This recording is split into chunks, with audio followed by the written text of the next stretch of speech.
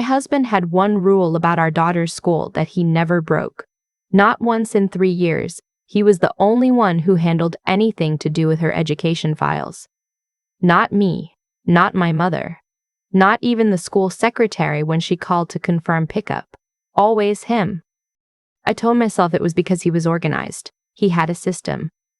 Color-coded folders in the home office, a dedicated email thread for every teacher, a binder with every report card going back to junior kindergarten.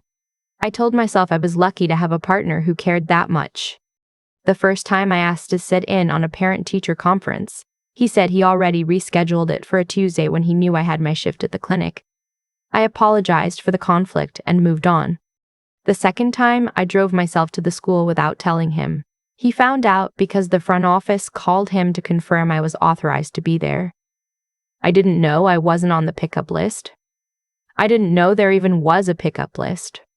That night, he explained it calmly, the way he explained most things. He said the school had strict protocols. He said he'd set everything up under his name because he worked from home and was more reachable. He said I was welcome to be involved. Of course I was. He just needed to update a few forms first. He never updated the forms. Our daughter's name is Sadie. She was 7 when I finally broke into the drawer. I want to explain what kind of mother I was before all of this, because I think it matters. I was present. I packed her lunches with a little note tucked under the sandwich. I knew the name of every kid in her class, her teacher's dog's name, the exact brand of markers she preferred because she said the other kind smelled wrong. I was not a woman who didn't pay attention. I was a woman who had been made to feel that paying attention to certain things was overstepping. My husband. I'll call him by his role because that's what he became to me in the end. A role, not a person. My husband was good at that. Making things feel like my fault for noticing. He worked in financial consulting. We lived in a semi-detached in Kitchener, Ontario. Comfortable. Not rich, but stable. He drove a Volvo and coached Sadie's soccer team on Saturday mornings, and everyone at the rink thought he was the greatest dad they'd ever seen. I was a registered practical nurse, evening shifts mostly, which meant he handled school pickups, which meant he handled the teachers, which meant he handled the teachers, which meant everything about Sadie's school life passed through him and only him, and I had spent 3 years letting that be normal. It was a Wednesday in November when the school called my cell phone directly. The woman who called was a resource teacher, not the front office. She said she was calling as a courtesy. She said she wanted to make sure I was aware that Sadie's funding application had been submitted. I said, "What funding application?" She paused. She said for the learning support program. She said my husband had submitted paperwork in September claiming Sadie had a documented processing disorder and required additional support hours and funding allocation from the board. I said, "Sadie doesn't have a processing disorder." There was a very long silence. She said, "I'm sorry. I think there may have been some miscommunication." She said, "Perhaps you and your husband could come in together." I hung up and sat at the kitchen table for a long time without moving. Outside, the neighbor's dog was barking at something in the yard. The furnace clicked on. I stared at the fruit bowl and I thought, what is he doing with the money? Because there was money. The Ontario Special Education Funding Program allocates resources per student, and while some of it flows directly to the school, some of it can be redirected to approved private service providers, tutoring, occupational therapy, specialized learning support, services that, if a parent happened to also be the listed provider, or knew the listed provider personally, could be billed and reimbursed without a child ever receiving a single session. I know that now. I didn't know it that Wednesday. But I knew something was wrong. He kept the home office locked when he wasn't in it. He said it was because of client confidentiality. I had never questioned that. I had the key to our house, our car, our storage unit, our mailbox. I did not have the key to that room. I am not proud of what I did next. I found the spare in the back of the junk drawer, behind a stack of Canadian Tire receipts and a dead battery he'd been meaning to recycle for 2 years. I had seen him use it once when he'd locked himself out. I had filed it away without meaning to, the way you file things that don't seem important yet. The drawer in his desk was locked too, but the filing cabinet beside it wasn't. I found Sadie's school file first. Report cards, yes, but also referral forms, assessment requests, a letter from a private psychologist in Waterloo recommending further testing, dated 8 months prior, a diagnosis summary I had never seen, never been told about, and never signed. My name was on the consent form. My signature, which was not my signature. I sat on the floor of that office for a long time. Then I kept looking. The second folder was labeled with initials I didn't recognize. I opened it because I open things now. Because I had spent 3 years not opening things, and this is where it had gotten me. Inside was a photograph, a school photo, the kind with the blurred blue background, the kind Sadie had taken in September. Except this wasn't Sadie. It was a boy, maybe 8 or 9, with my husband's jaw and my husband's eyes, and a name written in pencil on the back that I had never heard in 7 years of marriage. Below the photo were records, school records. A different school in Hamilton, enrollment forms going back 4 years. A different mother's name, a different address, the same father. I put everything back exactly where I'd found it. I relocked the cabinet. I walked to the bathroom and ran cold water over my wrists until I stopped shaking. Then I called my mother. She drove from Guelph in under an hour. She sat at the kitchen table, and I told her everything twice because the first time I couldn't get through it without stopping. She didn't say anything for a while. Then she said, "You need a lawyer before he comes home." My mother is 71 years old, and she has never in her life told me to do something wrong. I called a family lawyer that afternoon. The lawyer told me to document everything.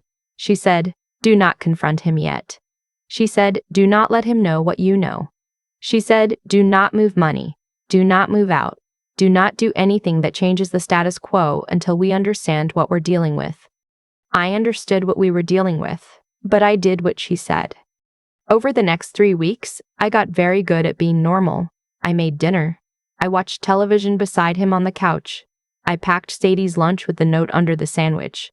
I smiled at soccer on Saturday morning. I was the best actress I have ever been in my life, and I was doing it for my daughter. And I want you to understand that it cost me something I will never fully get back. I requested Sadie's complete school file through the school board's Freedom of Information process. In Ontario, a parent has the right to access their child's educational records. He had not counted on me knowing that. The file that came back showed 2 years of special education funding claimed under services that, when I called the listed provider, turned out to be a numbered company registered at our home address. I brought all of it to my lawyer. She brought in a forensic accountant. The accountant found $43,000, redirected over 2 years. $43,000, through our daughter. The other child's mother. I will call her that, because she deserves that dignity and no less. She didn't know about me either. My lawyer's office contacted her through a third party. She called me herself, on a Thursday evening when Sadie was at my mother's, and I was alone in the house. Her voice was very steady. She said she had wondered for years why the support payments were always late and always partial. She said she had a pile of paperwork she had never known what to do with. She said she was glad someone finally called. We met for coffee in a Tim Hortons just off the 401, halfway between our 2 cities, which felt right in a way I couldn't have explained. She was younger than me by a few years. She had his jaw too, her son. She ordered a large double-double and slid a folder across the table and said, "Take whatever you need." I took everything. My husband came home on a Friday to a house he thought was empty. I had arranged for Sadie to be at my mother's for the weekend, which I had done often enough that it didn't seem unusual. He walked in, set his keys on the counter, opened the fridge, and then turned around and saw me sitting at the kitchen table with my lawyer on one side and a family court officer on the other. He was very still for a moment. He looked at the folders on the table. He looked at me. He said, "I can explain this." I said, "I know you can." I said, "I'd like you to explain it to the family court." He did not explain it to the family court in any way that helped him. The family law proceedings took 8 months. which was faster than my lawyer had expected. The evidence was clean. The numbered company was in his name. The psychologist who had produced Sadie's fraudulent assessment had his direct number saved in her phone, and her record showed a pattern of similar assessments produced for payments that never passed through any standard billing system. She lost her registration with the College of Psychologists of Ontario. He was ordered to repay the full $43,000 to the school board, and was charged under the Criminal Code of Canada with fraud over $5,000, which carries a maximum sentence of 14 years. He pleaded guilty to a reduced charge and received a conditional sentence with community service hours and 3 years of probation. I know some people will say that's not enough. I think those people are right. But I also know that Sadie's name is no longer attached to records she didn't know existed. Her real assessment has been done by a practitioner she actually met, and the file at her school now has both parents listed, which means both parents are called. The other mother and I text sometimes. Not a lot. Enough. Her son and Sadie have never met, and I don't know yet if that should change. I think about it. I think Sadie is going to have questions one day that I owe her honest answers to. I think the right thing is probably not the comfortable thing, and I've been learning to live with that distinction. My mother came with me the day I signed the separation papers. It was March, and there was still snow on the ground, and on the way home, she pulled through a Tim Hortons and ordered us both a large hot chocolate, and she didn't say anything about any of it. She just drove. I have the key to the home office now. I left the door open. Sadie asked me last month why Dad doesn't pick her up from school anymore. I said, because now I do. She said, okay, can we stop for a snack on the way? I said yes. I always say yes to that now. There is a note under her sandwich every day. It always will be. I think about the key a lot. The one that was sitting in the junk drawer the whole time, behind Canadian Tire receipts and a dead battery. It wasn't hidden. I just hadn't picked it up. That's the part that stays with me. Not the fraud, not the $43,000, not even the photograph of a boy I didn't know existed. It's the key. Because the key was always there. And I kept telling myself there was a good reason I wasn't supposed to use it. I thought about what kind of person lets that happen. I used to think it meant I was weak or naive or not paying attention. But I don't think that anymore. I think it means I was honest. I assumed good faith because I operated in good faith. That's not stupidity. That's just what it looks like to move through the world without a hidden agenda. You can't always see the agendas in other people because you aren't carrying one yourself. What I've learned is that integrity doesn't protect you from being deceived. But it does mean that when the truth surfaces, you're standing on solid ground. I didn't have to untangle my own lies alongside his. I didn't have to wonder what I'd done wrong or hidden or bent. I could look at everything clearly because I had nothing to hide from myself. That clarity, that clean conscience, turned out to be the only real advantage I had when everything else fell apart. The other thing I've learned is harder to say out loud. It's about my daughter.